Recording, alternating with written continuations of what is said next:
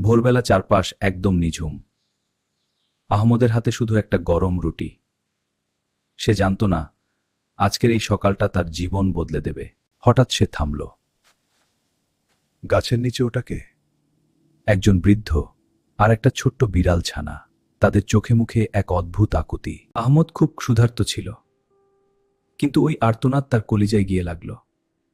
সে এক মুহূর্ত ভাপর